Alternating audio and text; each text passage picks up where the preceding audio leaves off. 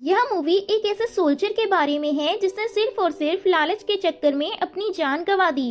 कहते हैं ना कि लालच बुरी बला है। आज आप इस कहानी को सुनिए और सीखिए कुछ नया। मूवी की शुरुआत में हमें सोल्जर के ग्रुप को दिखाया जाता है जो इस वक्त किसी घने जंगल से होकर गुजर रहे होते हैं। इन सभी सोल्जर के बीच एक सोल्जर ऐसा भी होता है जो कि डीफ है, यानी कि बहरा, और इसी वजह से उसे किसी भी तरह की कोई भी आवाज सुनाई नहीं देती थी।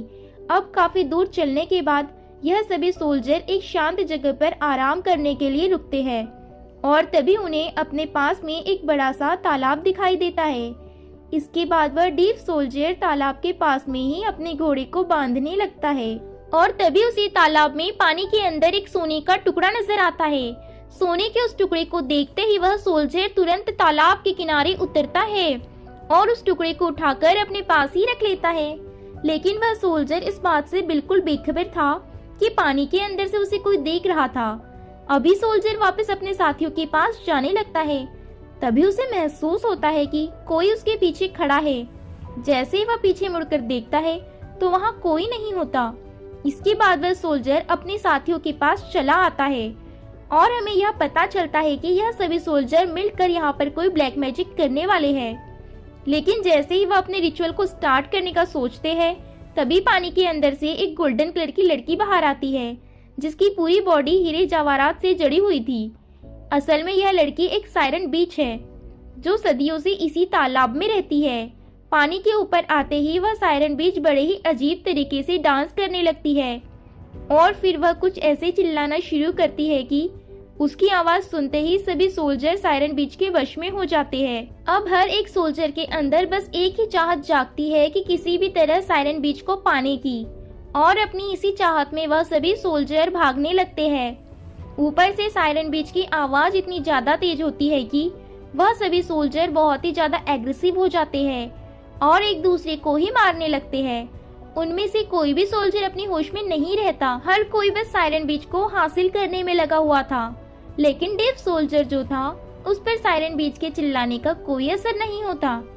क्योंकि वह डीफ था इसलिए वह बहुत ही ज्यादा हैरान होता है कि आखिर यह सब एक दूसरे को क्यों मार रहे हैं। लेकिन देखते ही देखते एक दूसरे को मार डालते हैं।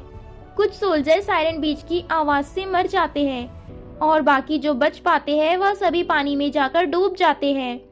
और तभी उसकी नजर सायरन बीच पर जाती है जो अजीब तरीके से डांस करते हुए जोर जोर से चिल्ला रही थी। वह सोल्जर को देख लेती है और इस बात से काफी हैरान होती है कि आखिर यह अकेला सोल्जर जिंदा कैसे है।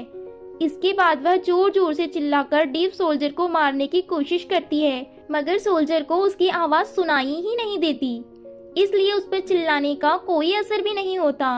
अब इस बात से सायरन बीच एक पल के लिए डर जाती है कि शायद उसकी आवाज को कुछ हो गया है और फिर वापस से पानी में चले जाती है।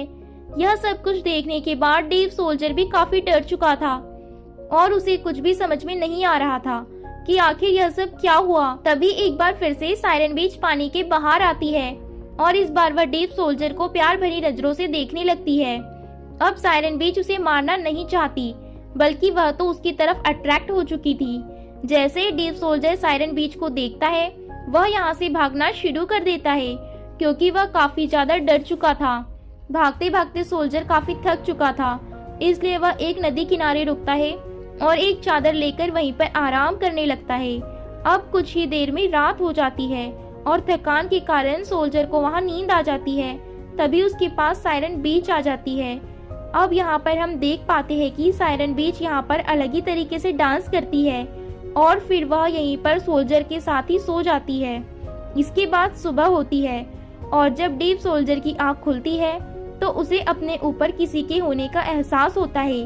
फिर जैसे ही वह पूरी तरह से नींद से जागता है तो सायरन बीच अभी भी उसके पास में ही सो रही होती है, मगर इस बार सायरन बीच को देख सोल्जर डरता नहीं है बल्कि उसकी नजर चाहती है कि सायरन बीच के बदन पर लगे हीरे जवाहरात उसे मिल जाए। वह बीच तुरंत उठकर वहाँ से जाने लगती है, मगर तभी सायरन बीच के बदन पर लगे हुए कुछ हीरे जवाहरात सोल्जर के हाथ में फंस जाते हैं और सायरन बीच वहाँ से चली जाती है। इसके बाद वह सोल्जर सायरन बीच का पीछा करने लगता है और यह देख सायरन बीच बहुत ज्यादा खुश हो जाती है।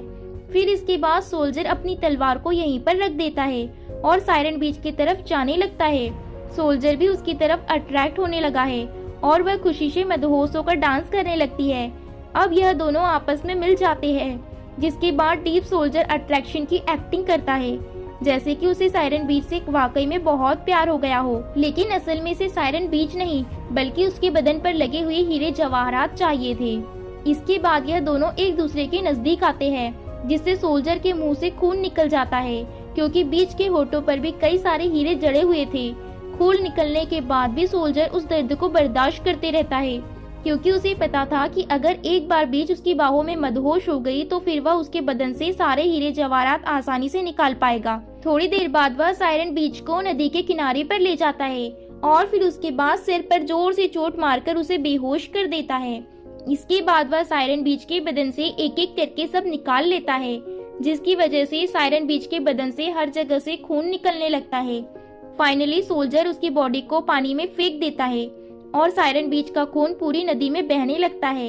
इसके बाद सोल्जर उन सभी हीरे जवाहरात को एक चादर में डालता है और चादर को अपनी पीठ पर लटकाकर वहां से जाने लगता है।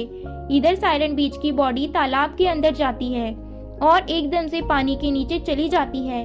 फिर हमें देखने को मिलता है कि उस पानी में खून उठने लगा है और देखते ही देखते यह सारा पानी खून में बदलने लगता है और यह नजारा देखने में बहुत ही ज्यादा भयानक होता है। सोल्जर बस अपनी खजाने की गठरी लिए बड़े मजे से आगे की ओर चले जा रहा था।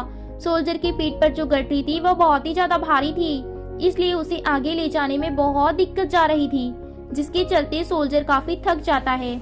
इसी दौरान बीच का खून उस पानी में मिक्स हो जाता है और सोल्जर उस तालाब के पानी को पी जाता है। जब तक सोल्जर को यह पता चलता कि पानी में बीच का खून है, तब तक बहुत देर हो चुकी थी।